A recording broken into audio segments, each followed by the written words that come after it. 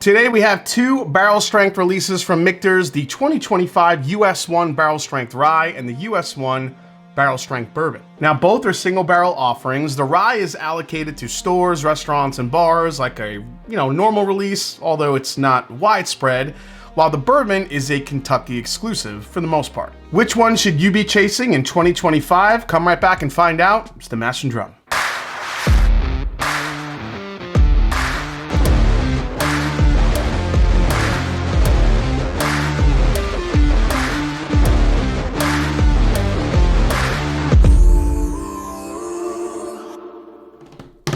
What's up, folks? I'm Jason C, and welcome back to the Mash and Drum Whiskey Room. Like the video, subscribe to the channel, and help me keep climbing to that 100,000 subscriber milestone. All right, so we're gonna start with the bourbon today. Now, back in the summer of 2017, Michters released their first US 1 Kentucky Straight Barrel Strength Bourbon for the first time ever.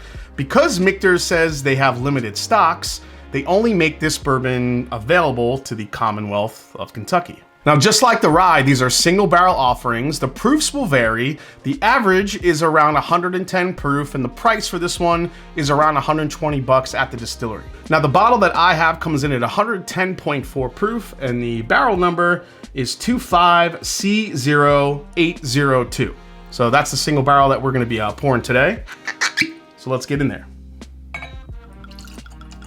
Now, we've talked about this before. Michters going into the barrel, their entry proof to go into the barrel is 103 proof, which is very low, one of the lowest in the industry.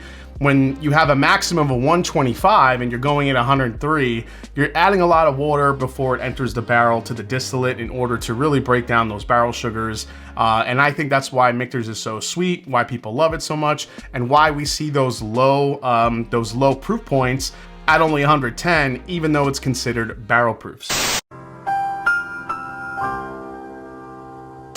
Let's dive into this one. Let's see how it goes. I was lucky enough to grab this one from a buddy of mine, and we'll see if it was worth it. Here we go. I get a lot of sweet in here. It is brown sugar and barrel char all day long. I definitely get like that toasted marshmallow. Now, this isn't a toasted product, but Michters does use a proprietary toast, I think, on each and every one of their barrels. And I feel like I always smell that, especially on their barrel strength stuff. That little barrel char note always comes through for me. A little bit of molasses. You definitely have your vanillas here. Just a very sweet bourbon. Maybe a hint of a dark fruit, but it's actually a little brighter. I'm getting a lot of like candy apple in here on this nose. But yeah, that char, like that little bit of a smokiness that it's got. Really interesting. All right, let's give it a try. Here we go. Very much the same on the palate. Very good sweetness. A lot of brown sugar, a lot of vanilla here. The barrel char note, again, on the very end, that little hint of a smokiness. If you've ever been to a tour, a bourbon tour, and they talk about the barrel and you're able to kind of stick your head into a charred barrel and get that smell, that's basically the smell and the taste a little bit that's on here. It's like that caramelized wood note. Yeah, that candy apple, that red caramel candy apple is there. Very sweet. As you keep sipping this, I do feel like you get a little bit more of the baking spice that comes to the forefront. A lot of nutmeg I'm picking up, and a lot of black pepper. Not so much cinnamon, but I feel like I'm getting more of a nutmeg, something a little bit more on the savory side. This is really nice.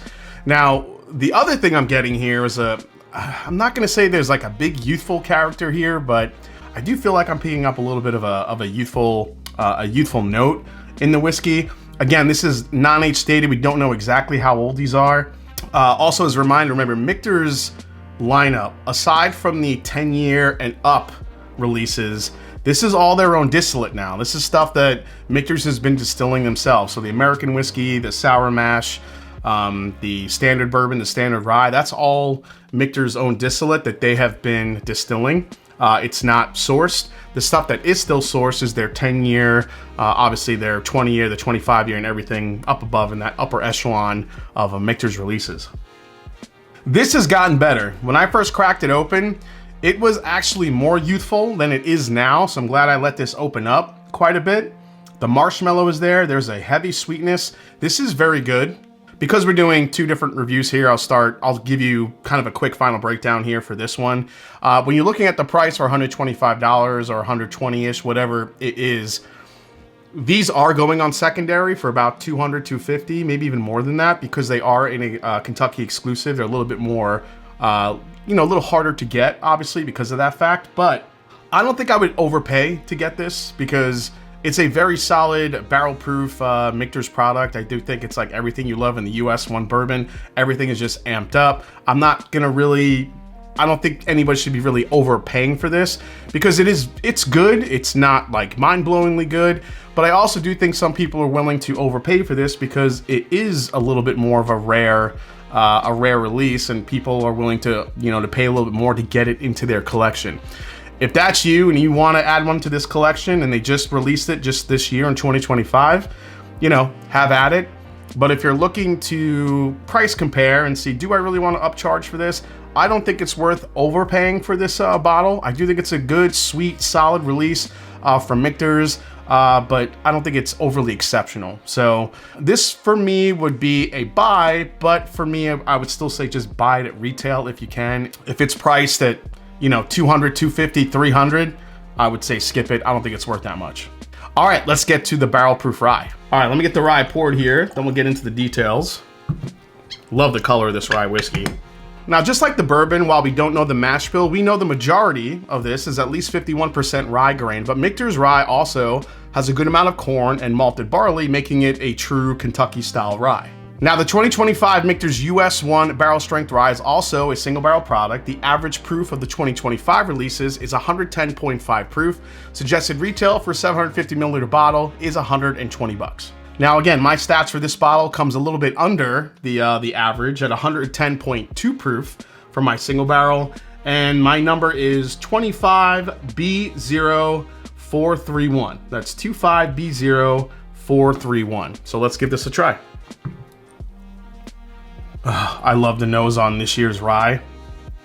Oh, it is so good. It is very, very baking spice heavy.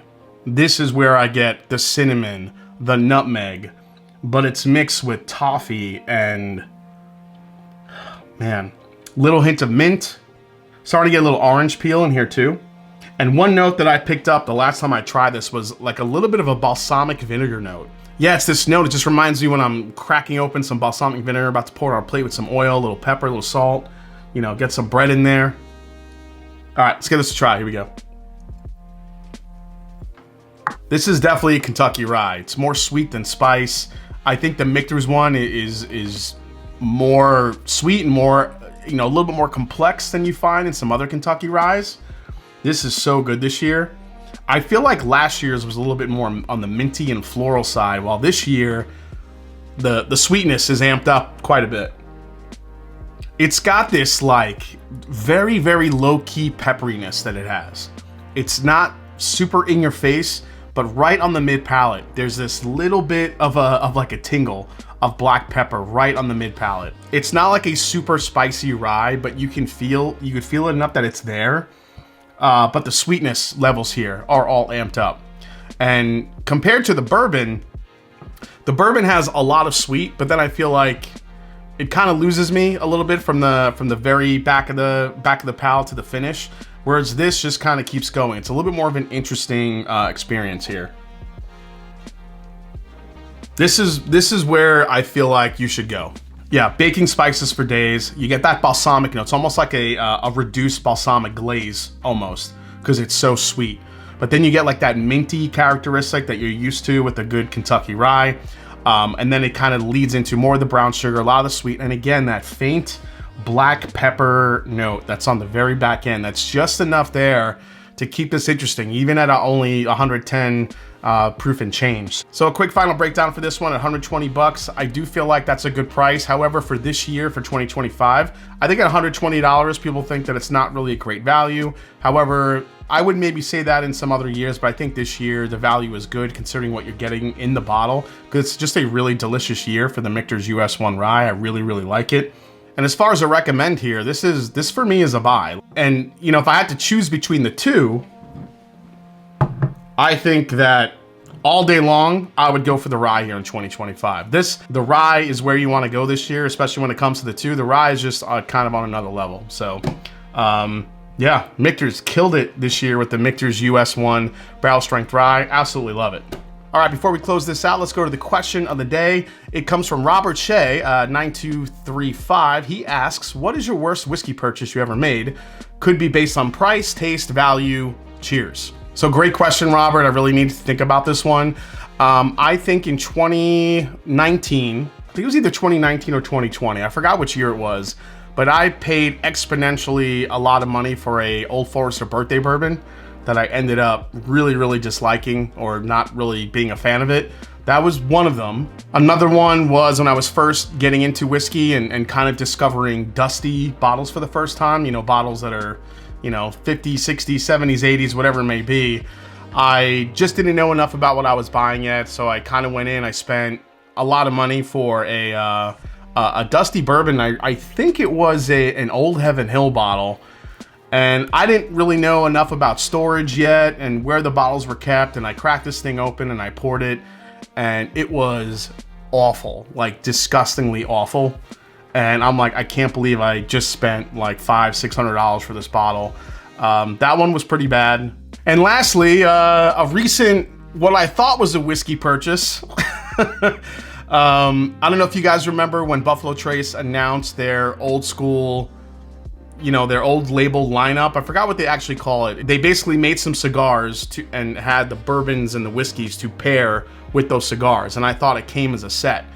I jumped on some website that was recommended to me, and I thought that I was getting the cigars and the whiskey for retail. And I paid, I think, $500 for it. And all that arrived with a cigar. So I paid $500 on an impulse buy for just cigars, no whiskey bottles. And when I called them to ask, like, hey, I didn't get any whiskey, he goes, we're not a liquor store, dude. We never said we were sending the bottles.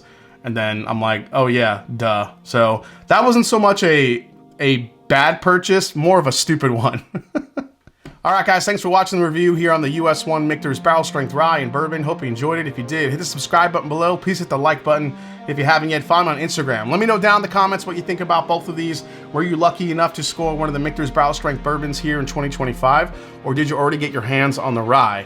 And also, if you have a question of the day, please leave it down below in the comments. And as I always say, it's not about the whiskey, it's the people you share it with. So, of course, we're going to make a Boo-Rye before we go, because I know you guys are already wondering, I wonder if he's gonna blend it. Well, I'm blending it.